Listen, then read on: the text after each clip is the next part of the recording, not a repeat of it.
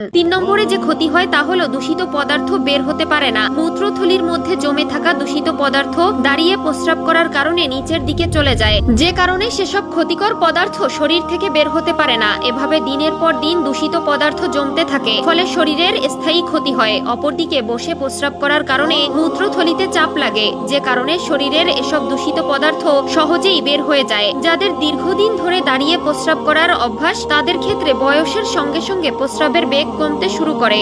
এতে বয়স বাড়লে অনেক পুরুষেরই নানা সমস্যা দেখা দেয়, তখন তারা প্রস্রাবের বেগ কমে যাওয়ার অভিযোগ করেন। মূলত এর পেছনে অন্যতম কারণ হলো দাঁড়িয়ে প্রস্রাব করার অভ্যাস।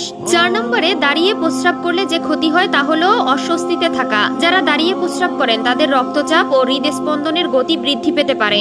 এর কারণ হলো দাঁড়িয়ে প্রস্রাব করলে শরীরের উপরের অংশে চাপ পড়ে না, যে কারণে শরীরের দূষিত বায়ু মলদ্বার দিয়ে বের হওয়ার সুযোগ পায় না, উল্টো উপরের দিকে উঠে যায়, যে কারণে শরীরে এক ধরনের অস্বস্তি তৈরি হয়। প্রিয় দর্শক, অবশ্যই দাঁড়িয়ে প্রস্রাব করা থেকে বিরত থাকবেন এবং অন্যদেরকেও বিরত থাকতে বলবেন। রাসূলুল্লাহ সাল্লাল্লাহু আলাইহি ওয়াসাল্লাম তার উম্মতদের দুনিয়াতে যেমন ধরার জন্য উত্তম উপায় জানিয়ে দিয়ে গেছেন, তেমনি পরকালে ভালো থাকার জন্য যেসব করণীয় প্রয়োজন সবকিছুই জানিয়ে দিয়েছেন। এমন একজন নবী পেয়ে আমরা সত্যিই ধন্য। দাঁড়িয়ে প্রস্রাব করলে মানব দেহের যে 4টি মারাত্মক রোগ হয় তা কখনোই রাসূলুল্লাহ সাল্লাল্লাহু আলাইহি ওয়াসাল্লামের জানার কথা নয়, কিন্তু তিনি 1400 বছর আগেই তার উম্মতদের নিষেধ করে গেছেন।